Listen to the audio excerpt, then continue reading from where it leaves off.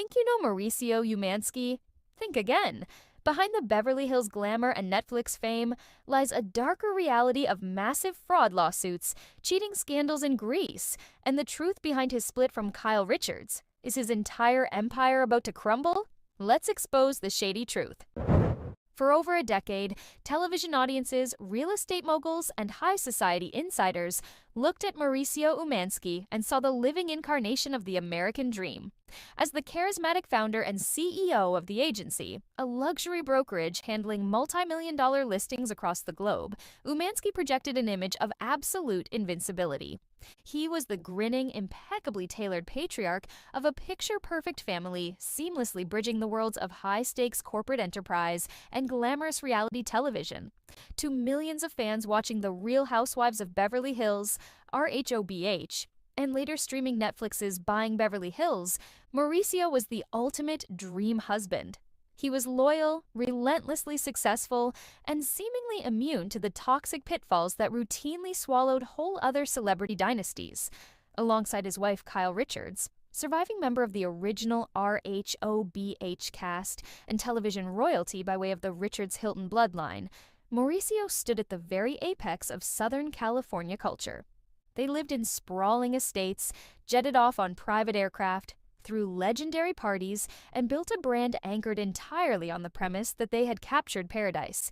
Yet, in the high-stakes theater of Beverly Hills, perfection is rarely a reflection of reality. More often, it is a carefully managed illusion designed to keep the scaffolding from view. Over the past few years, that carefully constructed facade has sustained catastrophic structural damage.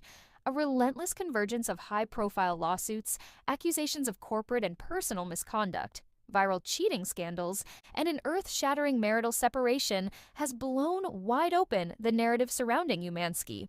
The man once celebrated as the undisputed king of luxury real estate has found himself fighting on multiple fronts, defending his corporate empire against legal assaults, managing the fallout of a fractured family, and attempting to pivot his public persona away from the tabloid chaos. This comprehensive report dives deep beneath the glitz, the glamour, and the Netflix lighting to examine the turbulent reality of Mauricio Umansky, unpacking the controversies, the legal battles, and the profound transformation of a man whose empire is facing its ultimate stress test. To understand the magnitude of Mauricio Umansky's current struggles, one must first understand the sheer scale of the empire he built. Mauricio was not born into a legacy of multi-billion-dollar corporate portfolios. Born in Mexico City, his early life involved navigating various personal and economic challenges before his family relocated to the United States when he was a child. In the early 2000s, Umansky entered the notoriously cutthroat world of Los Angeles real estate. Working his way through established brokerages like Hilton and Highland, co-founded by his brother-in-law Rick Hilton, Mauricio quickly demonstrated an uncanny knack for connecting with ultra-high net worth individuals, celebrities, royalty, and global billionaires.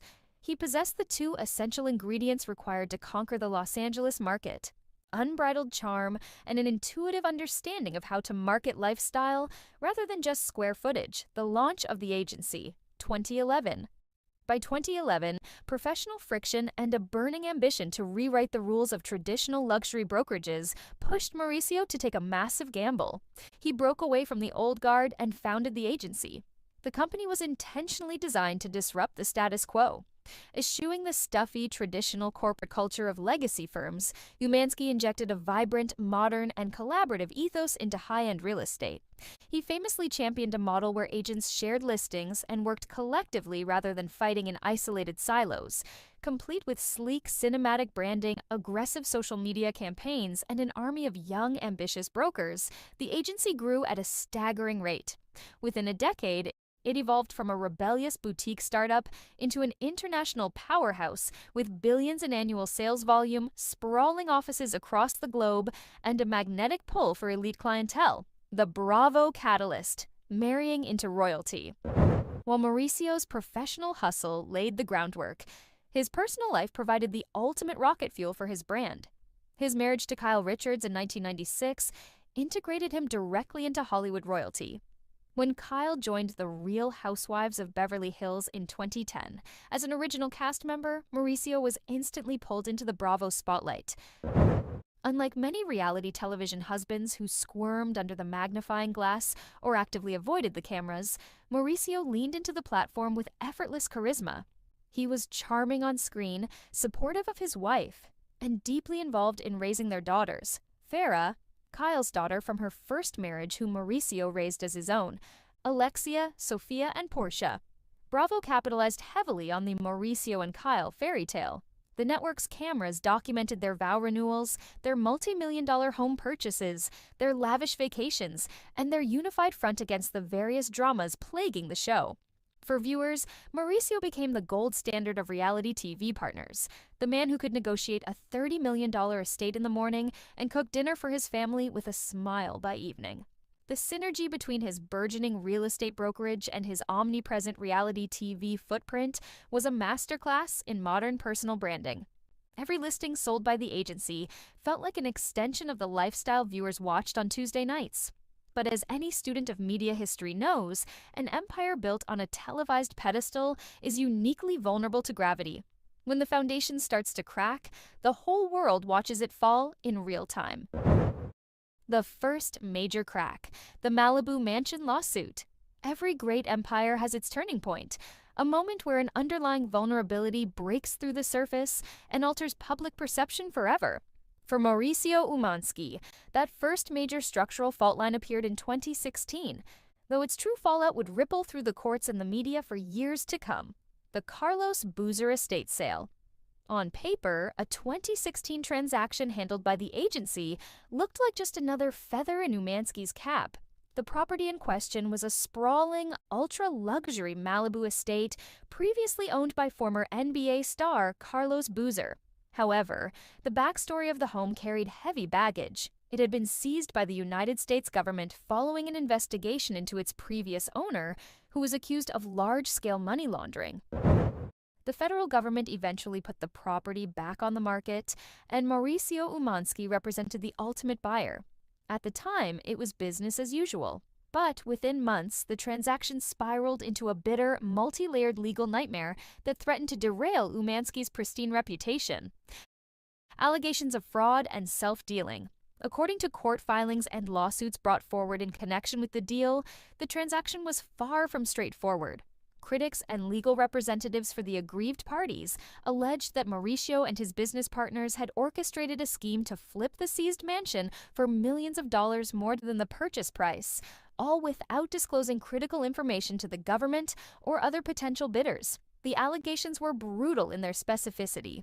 Court documents utilized words like fraud, self-dealing, and shady practices, claiming that Umansky had played both sides of the fence, cashing in behind closed doors while his client, in this case via government liquidation oversight, was allegedly shortchanged. For a man who had staked his entire professional identity on absolute trustworthiness, discretion, and being Beverly Hills' premier ethical broker, the impact of these filings was seismic. Headlines linking the agency's CEO to words like fraud and lawsuit began to circulate in mainstream financial and entertainment media. The defense and the fallout Mauricio and his legal team vigorously denied any wrongdoing. They maintained that the transaction was entirely legitimate, transparent, and executed within the bounds of real estate law. For years, the legal battle dragged on through depositions, motions, and appeals, casting a persistent shadow over his business operations. Yet, what made the Malibu mansion scandal fascinating from a media perspective was the stark contrast between real-world legal peril and televised escapism. While court documents detailed complex accusations of financial self-dealing, the Real Housewives of Beverly Hills continued to portray Mauricio as an untouchable, happy-go-lucky patriarch. The legal drama barely registered a blip on Bravo's heavily curated narrative, creating a bizarre cognitive dissonance for fans paying attention to both sides of his life. The lawsuit did not instantly destroy the agency, nor did it strip Umansky of his title, but it permanently popped the bubble of infallibility. It proved that behind the designer suits and billionaire listings lay a willingness to engage in aggressive, high-risk maneuvers that could blur ethical lines. It was the first time the public was forced to ask a dangerous question. Is Mauricio Umañski a visionary real estate genius or a slick operator willing to bend the rules to win? Netflix and high scrutiny. The launch of Buying Beverly Hills. By 2021, simply dominating Bravo's Sunday night ratings and regional Southern California property markets was no longer enough. Mauricio aimed for global brand ubiquity. Enter Netflix, streaming giant and creator of glossy, binge-worthy real estate docuseries like Selling Sunset. Netflix handed Umañski his own vehicle, Buying Beverly Hills. The series was designed to showcase the agency on an international stage. Cameras followed Mauricio, his eldest daughters Farah and Alexia, who had joined the family business as agents, and a stable of ambitious brokers as they juggled mega mansions, jaw-dropping commission checks, and intense intra-office politics. For Mauricio, it was the ultimate power move. He wasn't just a supporting character on his wife's reality show anymore, he was the primary executive producer and undisputed star of his own corporate universe. The performance of the cool boss.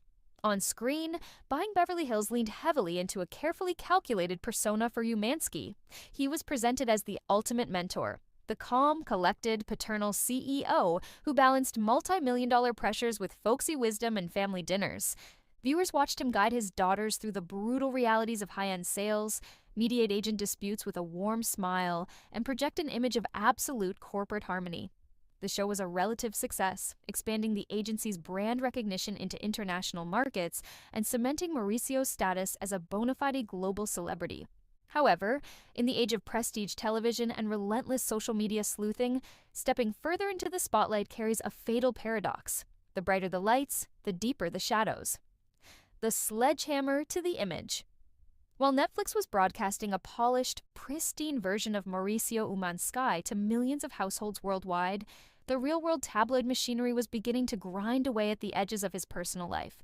The very platform that was meant to solidify his legacy as a global mogul ended up accelerating his exposure. As seasons of Buying Beverly Hills rolled out, viewers no longer watched his scenes in isolation. They brought the baggage of real-world headlines, legal troubles, and escalating rumors directly to the comment sections. The show, intended to be a glowing commercial for his business acumen, increasingly became a focal point for public interrogation. The disconnect between the jovial father mentoring his children on television and the embattled businessman tangled in lawsuits and personal chaos became too wide to ignore. The stage was fully set for the most devastating chapter of his public life, the collapse of his marriage. The Santorini bombshell cheating rumors and the unraveling marriage. For 27 years, the marriage of Mauricio Umañski and Kyle Richards was treated by reality TV fans as an unshakable monolith. In an industry where celebrity marriages routinely implode before the ink on a prenup is dry, their longevity was held up as proof that true love could survive the pressure cooker of fame, wealth, and television cameras. Then came 2022 and 2023, whispers and paparazzi receipts. The first cracks in the union did not arrive as a sudden explosion. They began as low-frequency whispers across anonymous gossip blogs and blind item websites. Insiders claimed that Mauricio's wandering eye had finally caught up with him, alleging that his extensive travel for the agency and his penchant for late-night partying often extended far beyond professional networking. For a long time, these rumors were easily dismissed by hardcore fans as standard tabloid noise, the kind of malicious gossip that always targeted successful couples in the public eye. But optics have a way of catching up to reality. The turning point arrived in the form of undeniable visual evidence. Paparazzi and vacationing eyewitnesses captured photographs of Mauricio in Greece, specifically Santorini, partying, socializing closely, and engaging in affectionate behavior with women other than his wife, while Kyle Richards was thousands of miles away in California. The images spread across social media like wildfire. The contrast was stark and brutal. Here was the man who had built an empire on the brand of being the ultimate family man, caught red-handed living the high life as a single man abroad. Kyle's silence and cryptic Bravo confessions. On The Real Housewives of Beverly Hills, the fallout was agonizing to watch. Kyle Richards, usually a master of controlling her narrative, began showing visible strain. Her demeanor on screen shifted. She dropped heavy, cryptic hints about trust, emotional distance, and the excruciating pain of dealing with public humiliation.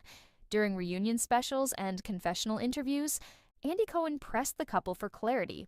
While both initially attempted to downplay the severity of the crisis, insisting they were merely going through a rough patch and working through things, the body language told a completely different story.